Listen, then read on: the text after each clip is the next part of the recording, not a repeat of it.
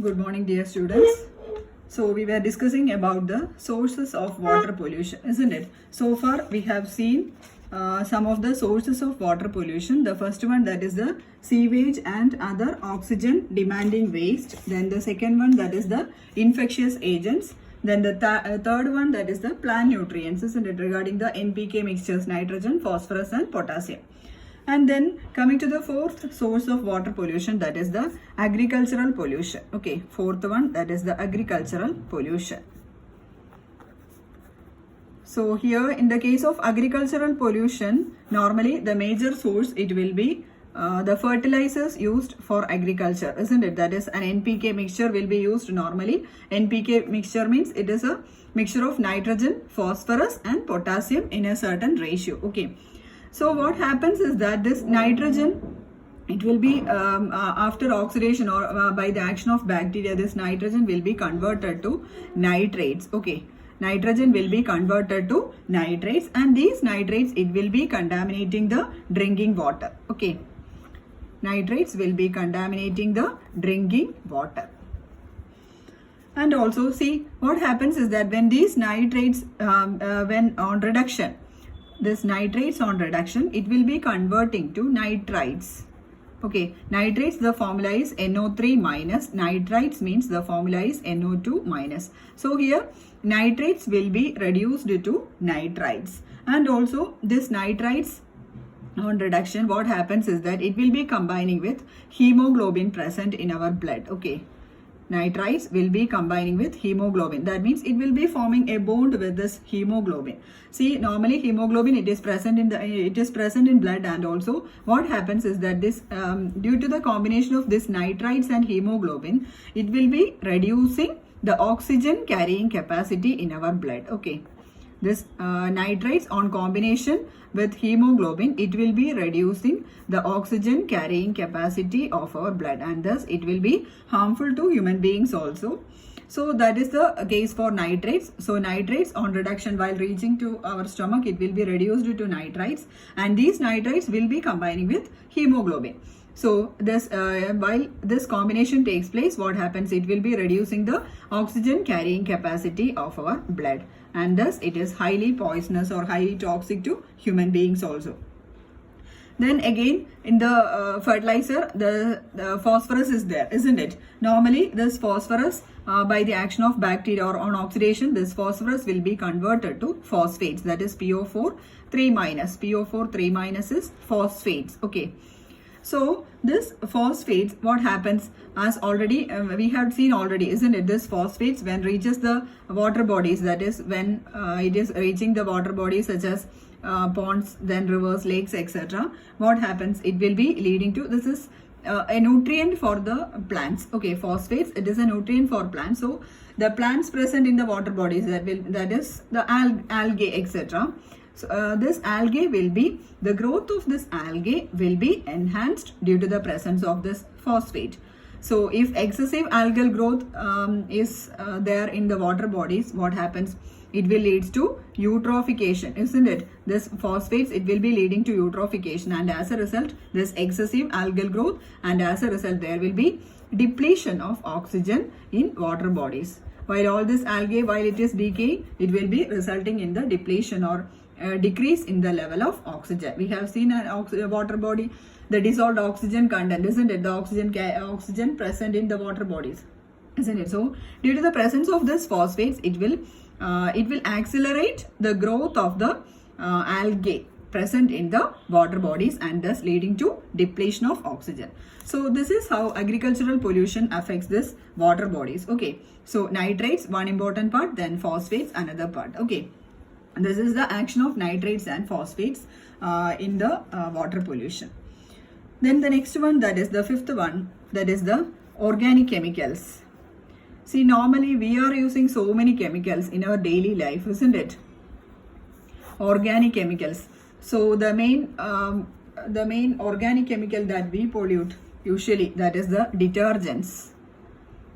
We are using a large quantity of detergents for washing our clothes, isn't it? So these detergents are also highly poisonous. Then along with this detergents, pesticides are there. We are using pesticides for plants, etc. then and also some industrial products are there.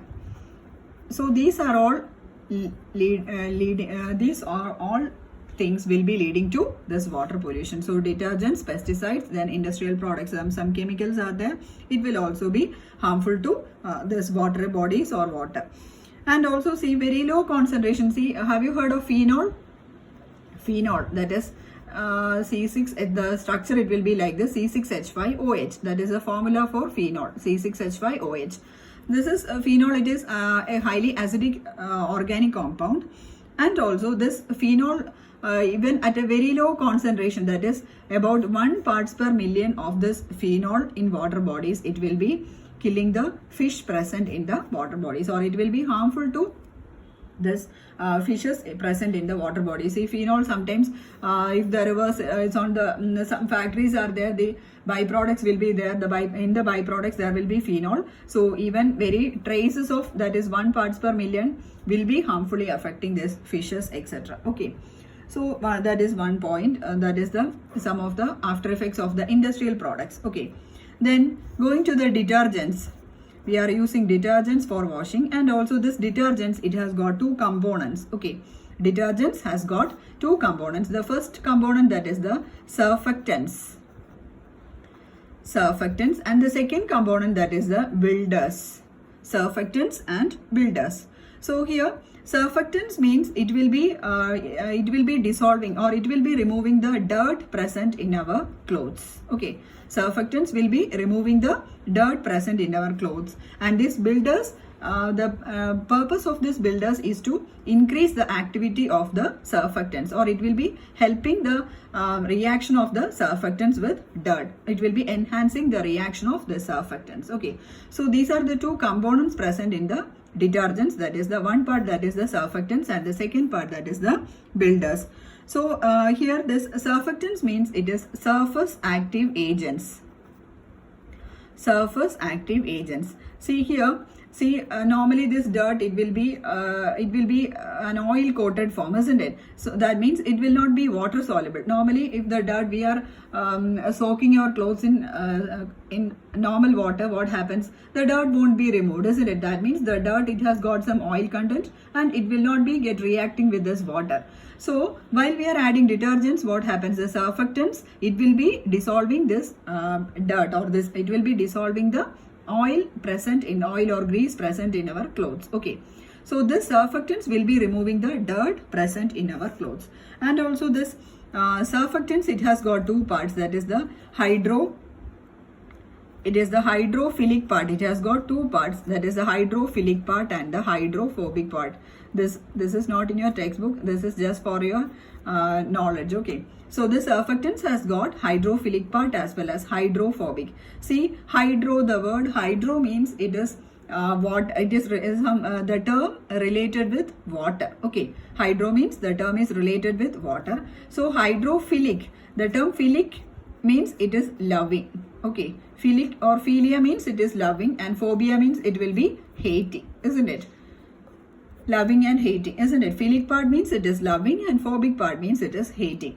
So hydrophilic means the term itself, it will be explaining the meaning, isn't it? That means it is water loving. One part is water loving and the another part is water hating component. Okay, so this surfactants, it will be, so usually this hydrophilic part, it is an anionic part. Okay, anionic part means it has got a negative charge. And also this hydrophobic part, it will be an alkyl part. That means it is a long chain hydrocarbon. It is a straight chain part. That means it will be having carbon hydrogen skeleton. Okay, that is what is called as the alkyl part. CH. It will carbon. It has got 4 valencies. So here it can be alkyl chain means it can be CH3, CH2, CH2, CH2 like that. This is an alkyl part. Okay. So the hydrophilic part, it is the water loving part, and the hydrophobic part, it is the water hating part. And the hydrophobic part, it is usually organic straight chain part. Then this hydrophilic part, it is an anionic part. So these 2 will be helping to dissolving the dirt, or it will be helping to remove the dirt present in our clothes. Okay, so then coming to the next part, that is the builders. So here, this builders, it will be helping the cleaning action of this surfactants. And also this builders, usually they are inorganic compounds of sodium salts. Builders are inorganic compounds of sodium salt. And also sodium salt, and sodium salt of, it can be sodium salt of phosphoric acid. Sodium salt of phosphoric acid. Then it can be sodium salt of carbonic acid. Carbonic acid, then silicic acid. You need not study the formulas as well. Silicic acid, then boric acid, then sulfuric acids. Okay. So this is the chemical component of this builders. Okay. So these builders are the inorganic compounds of the sodium salt of phosphoric, carbonic or silicic or boric or sulfuric acids. So that is the case of builders, and it will be helping in the better action of this, better cleansing action of the surfactants. And normally these builders, it will be having 40% of sodium tripolyphosphate.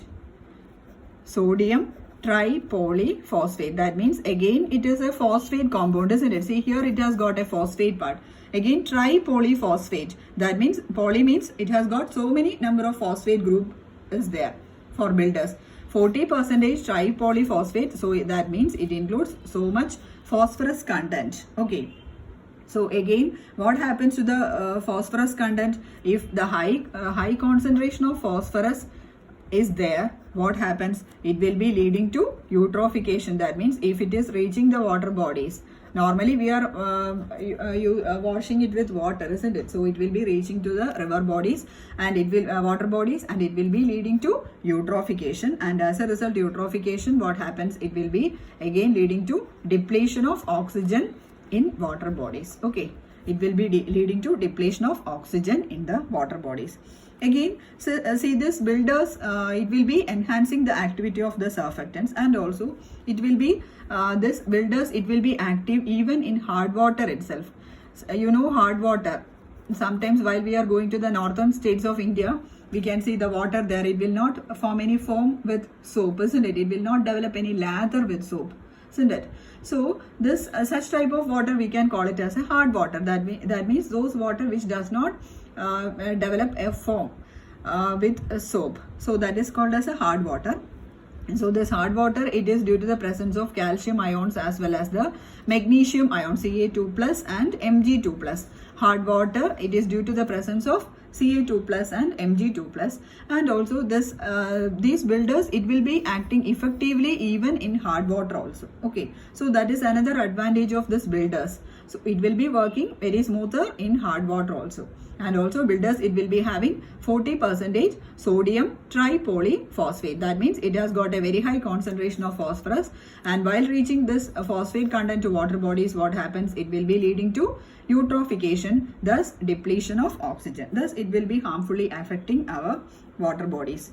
And also see in the case of organic chemicals, so this is about the details regarding this detergent. So mainly you have to go through these two parts, surfactants as well as the builders and the chemical components present. Surfactants, it will be it means it is the surface active agents. And again builders. Okay, so you have, if you are asked for a 4-mark question, you have to write all these points. Okay, that means in the section C part, for a 4-mark question, if it is asked, you can write this much details. Okay, sometimes this will be asked as an essay, that is the discuss the main sources of water pollution. Okay, so again in the case of organic chemicals, see organic chemicals, it is highly toxic. That means at a very low concentration itself, it will be harmful to human beings as well as the aquatic organisms. Okay, then the next one, source of water pollution, that is the oils. Okay, oils. See this oils, usually how this oils will be reaching the water bodies. See, sometimes you have seen this oil tankers, isn't it? That means the tankers which is carrying oil, and also it may be sometimes leaked, and so the discharge from the oil tankers, it is one of the most important source of water pollution. And also this offshore drilling rigs. Offshore drilling rigs. Have you heard of this drilling rigs?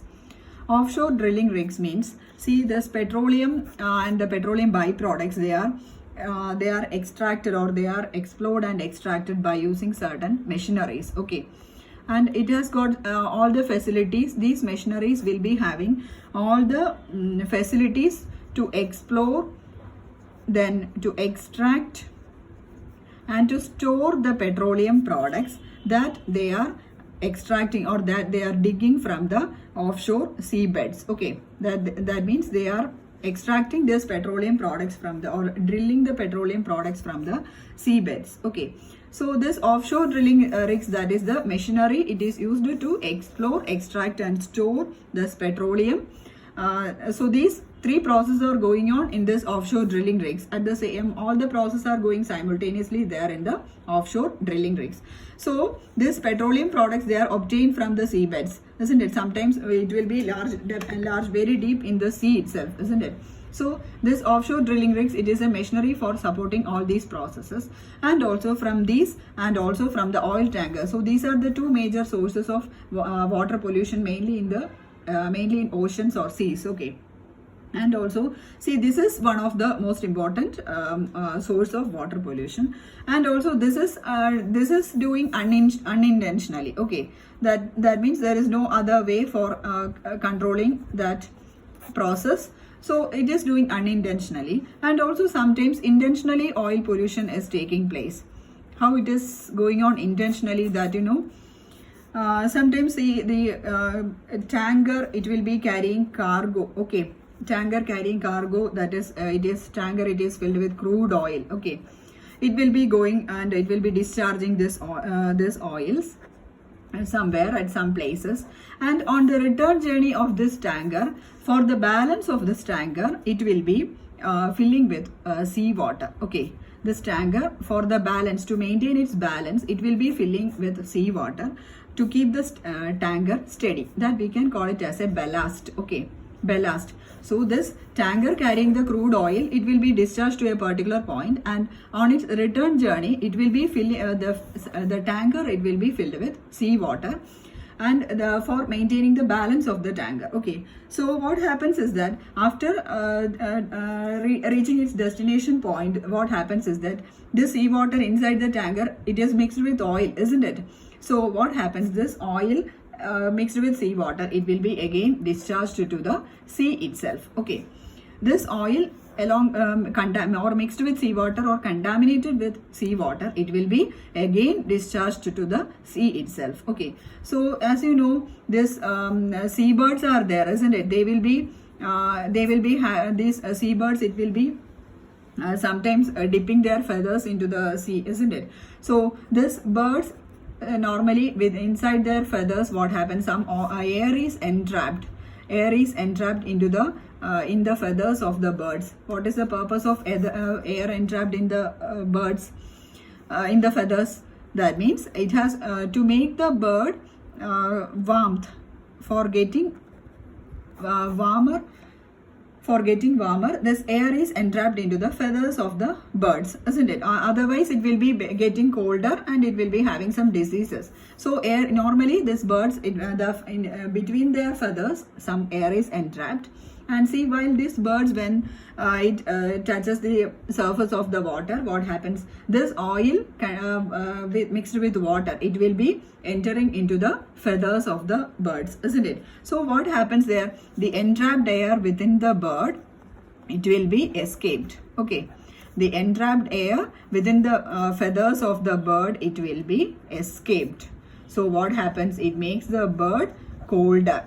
Okay, it makes the bird colder, and then it will be susceptible to diseases. Okay, so this oil pollution or the discharge from this oil tankers, it will be affecting the seabirds. See, normally the feathers of the birds, it will be entrapped with air to make the bird warmth, or in order to prevent it from getting colder. So while this oil mixed with water, when the birds touches the surface of this water or this polluted water, the entrapped air will be escaped, and so what happens? The bird gets colder and it will be susceptible to diseases. Okay, and also this one of the major byproduct of this industries, that is 3,4-benzpyrene. It is 3,4-benzpyrene, BENZPYRENE, benzpyrene. Okay, this 3,4-benzpyrene, it is carcinogenic. Carcinogenic means it is a cancer causing chemical. Okay, 3,4-benzpyrene, it is a cancer causing chemical, or it is, we can say it is carcinogenic. Normally carcinogenic means it is cancer causing a chemical. So the structure of this 3,4-benzpyrene, it will be like this. See, one benzene ring, this is a benzene ring. Okay, then the second benzene ring, then again the third benzene ring. Okay, then here two more benzene rings above this. So this is the structure of 3,4-benzpyrene. Okay, so these are some of the after effects of oil, or one of the sources of water pollution, that is oil. Okay, then the next one, that is the seventh one, that is the industrial waste. So this industries is a major cause of water pollution, isn't it? So industrial waste, normally from industries, so many inorganic salt and minerals will be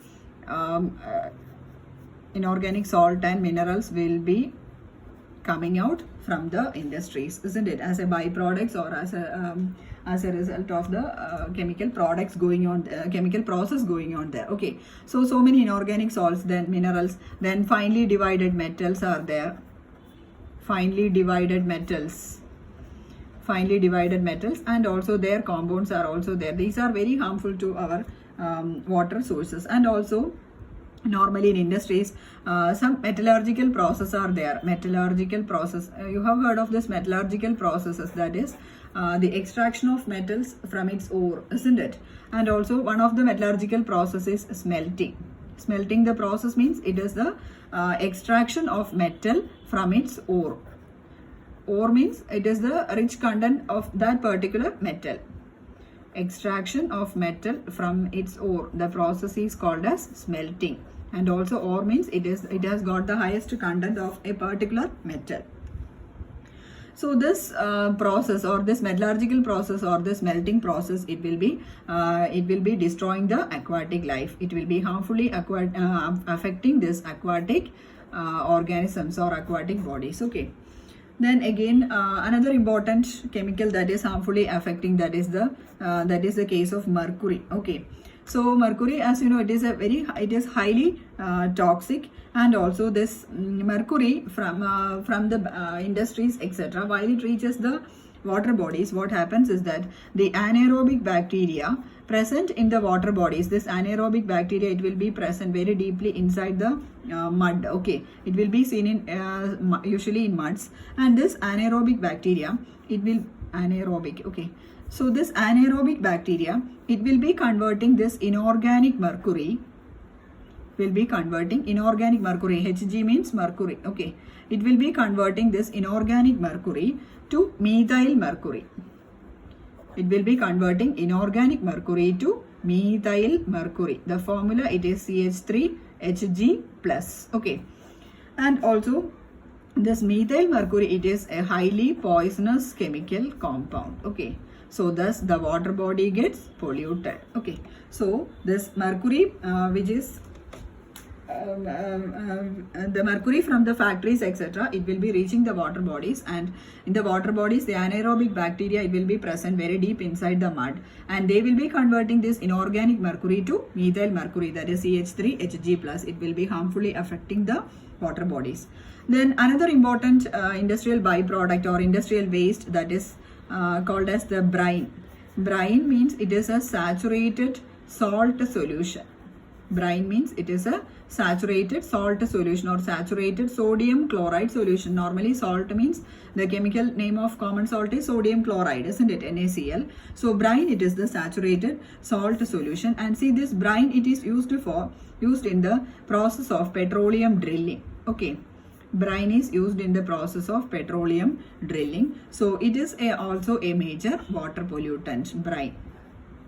Brine is also a major water pollutant. Okay, then the next, another compound, that is, so mercury, then brine. Then the next harmful chemical, that is sulfur. Okay, sulfur usually the sulfur will be reaching the water bodies. It will be from the some of the while during the extraction of metal from its ore, isn't it? So here sulfur, it is commonly present in FeS2. Okay, FeS2, the name it is iron pyrites. Iron pyrites. So in this compound sulfur is there, isn't it? Iron pyrites. What is the other name for iron pyrites? It is fool's gold. Normally it will be asked in your PSC questions, etc. Okay, iron pyrites or fool's gold. It will be having just the color of the gold, or just the almost the similar color of this gold. Okay, so it is called as the fool's gold, FeS2. And again, so in this FeS2, it has got so much of sulfur content. And one more compound is there, that is the copper pyrites. There also this sulfur is present enormously. And when this sulfur, when it will be coming with when coming in contact with water H2O, and also in air means it has got so much of oxygen, isn't it? So when this sulfur comes in contact with water as well as air, what happens? It will be converted to sulfuric acid, H2SO4. Okay, so this will be converted to sulfuric acid. And this sulfuric acid, what happens? What is the nature of the sulfuric acid? It is a very strong acid, isn't it? Very minute quantity also, or amount, means it will be highly poisonous or highly toxic. That means it will be, the acidity of the water content will be increased as a result of the presence of this sulfuric acid. Okay, so thus sulfur will be acting as a major water pollutant, and the source of sulfur, that is from iron pyrites as well as from copper pyrites. Okay, and also another source of water pollutant is again this chloride salt. Okay, sodium chloride, then calcium chloride, sodium chloride, calcium chloride. Okay, so this sodium chloride and calcium chloride, normally in cold countries, they are the roads are filled with ice, isn't it? The roads are filled with ice. So for melting this ice, for the melting of ice, this sodium chloride or calcium chloride is used. For the melting of ice, sodium chloride, calcium chloride is used, and again this will be reaching the water bodies. Again it will be acting as the major water pollutant. Okay, so that is how sodium chloride and calcium chloride acts as a water pollutant. That means a very large amount of ice will be required for melting this ice. Okay, then another water pollutant is lead. Okay, lead, then arsenic, then cadmium. Lead means Pb means lead. Okay, lead, it is Pb. Then arsenic, ARSENIC, that is As. Then cadmium, it is Cd. Okay, so lead, arsenic and cadmium are also some of the major water pollutants. Some of the major water pollutants. Again, see, we have to take the case of lead. Lead, you have heard of lead, isn't it? Lead is a leaded petrol. You have heard leaded petrol. Leaded petrol means it is a very good anti-knocking agent. Leaded petrol, it is a very good anti-knocking agent. Nowadays automobiles does not use this leaded petrol. Means this anti-knocking agents means it will be helping this petrol to burn very slowly. Okay, it will be burning petrol very slowly. That is the purpose of using this anti-knocking agents. So this leaded petrol means the compound used as the anti-knocking agent, that is tetraethyl lead. This is also one GK question, PSC question. Tetraethyl lead. Tetraethyl lead, it is an anti-knocking agent, and the short form of this tetraethyl lead is TEL. Okay, tetraethyl lead, it is a very good anti-knocking agent. That means it will be burning petrol slowly. So the formula for this tetraethyl lead is Pb C2H5 4 times. C2H5, that is alkyl group or ethyl group. Pb C2H5 4 times, that is tetraethyl lead. Again, one more compound is there, that is tetramethyl lead. Okay, Pb CH3 4 times. This is tetramethyl lead. Both of this will be acting as an anti-knocking agent, tetraethyl and tetramethyl lead. Okay, so this lead, what happens is that these lead compounds are also highly poisonous, and then on combustion of this petrol, what happens, this will be reaching the atmosphere, and through rain this will be coming to the water bodies. Okay, so on combustion, this lead compounds, it will be reaching the water, it will be reaching the atmosphere. Then while raining is going on, what happens, it will be reaching our water body. So thus lead will be contaminating our water bodies. Then again, normally lead pipes are there, lead pipes. So this lead pipes, it will be when in contact with water, this lead will be converted to lead hydroxide. Okay, lead hydroxide. Lead pipes will it will be when on contact with water, it will be converted to lead hydroxide. Thus the lead will be reaching the water bodies. Again, so many salt of lead are there. For example, lead chloride, PbCl2, lead chloride. Then lead bromide, PbBr2. Then PbO, lead oxide. Then PbS, lead sulfide. Then PbSO4, lead sulfate. So these are some of the harmful lead compounds which will be acting as a water pollutant. Lead chloride, lead bromide, lead oxide, lead sulfide, and then lead sulfate. So all these will be while reaching the water, what happens, while during the uptake of human beings or by other animals or any living organisms, what happens, it will be preventing the synthesis of hemoglobin in man. Okay, it will be preventing, or it will be disrupting the synthesis of hemoglobin in man. And as a result, what happens, it will be leading to anemia. Some of the difficulties while our body has got lead content, that is anemia. Then nervous disorder, anemia, nervous disorder. Then brain damage, then loss of appetite. Loss of appetite are some of the after effects of the lead intake by humans. Okay, anemia, then nervous disorder, brain damage, then loss of appetite. These are some of the after effects of lead intake by human beings. Okay, then the next one, this another chemical compound, that is the arsenic. The second one, that is arsenic, As, arsenic.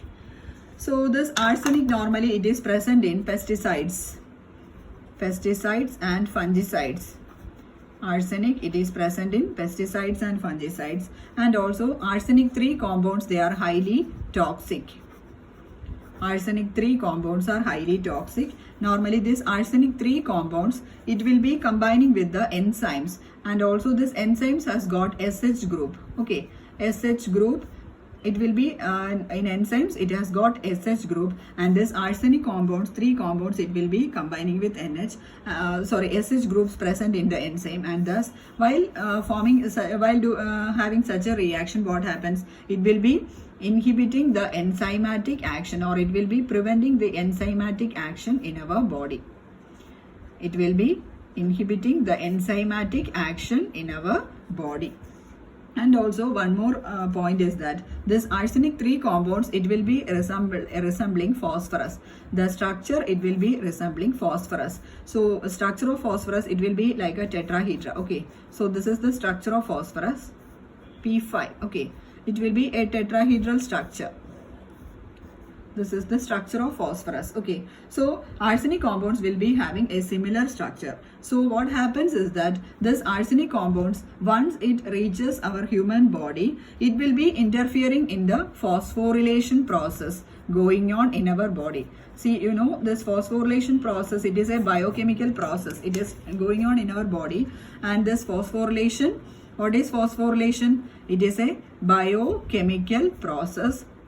And in this process, what happens is that this glucose, that is, we are taking the we are having our food, and this food will be converted to glucose, isn't it?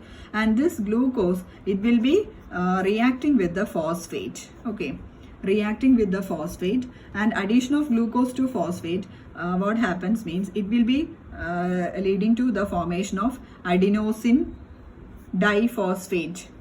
Have you heard of this adenosine diphosphate? adenosine diphosphate. Then again this adenosine diphosphate, it will be converting to adenosine triphosphate. Adenosine diphosphate and adenosine triphosphate, that is ADP. Have you heard of ADP and ATP?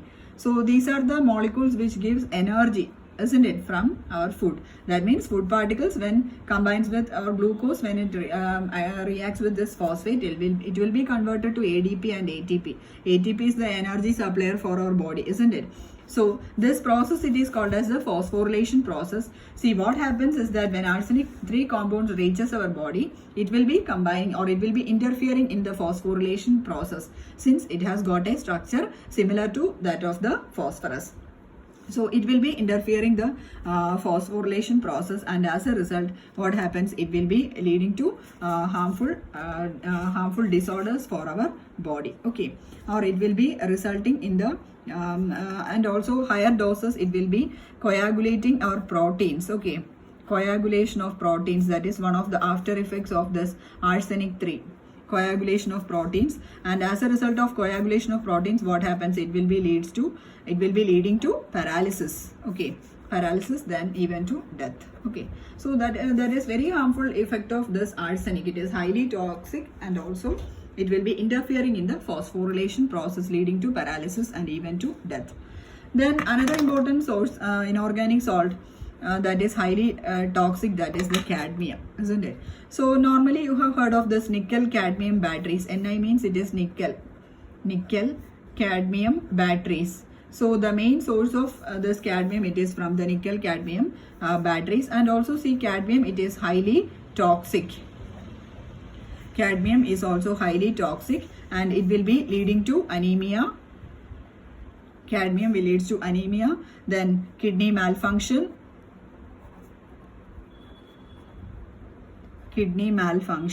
then bone marrow disorder,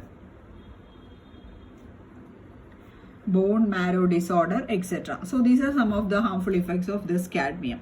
And normally then one more element, that is the inorganic mercury, Hg2+. So another harmful chemical, that is Hg2+. See, this Hg2+ will also interfere in the enzymatic action, okay. So enzyme, it has got a SH group, isn't it? So if this is enzyme, this is the protein part, and this is the functional group SH, okay. So this is the enzyme with SH group part, and this enzyme, it will be reacting with this mercury, Hg2+. So this Hg will be replacing these 2 hydrogens, okay. 2 hydrogens will be replaced by this mercury. So the structure of this enzyme, it will be becoming like this, S, then S, 2 hydrogens are replaced by 2 mercury, okay. So this is the this is how this mercury will be coagulating the action of, or it will be interfering the action of enzyme. So by forming this compound, what happens, this will be inhibiting the enzymatic action. It will be inhibiting the enzymatic action, inhibits the enzymatic action, okay. So this is another chemical inorganic compound which is harmfully affecting this our human beings as well as the living organisms. So mainly these 3 you have to study, that is lead, then arsenic, cadmium, then mercury, okay. So you have to study all this in detail. Sometimes it will be asked for a 4-mark question. Be ready for a 4-mark question. Then if an essay part is also asked, you can write the answer, okay. Then some other important harmful chemicals are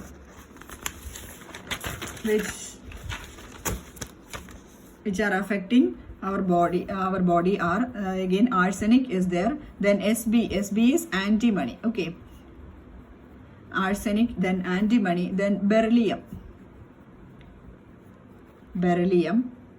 then cadmium we have seen, then copper, Cu is copper, then molybdenum. I am writing these symbols because sometimes this English students as well as the economic students may not be aware of these compounds, okay. So Mo is molybdenum, then Pb is lead we have seen, then mercury, Hg is mercury, then zinc is Zn, okay. Cadmium, then arsenic, As, arsenic. So these compounds which they are highly toxic, that means even trace amounts it will be trace amounts, it will be much harmful to animals as well as human beings. Okay, animals and human beings, harmful to animals as well as human beings.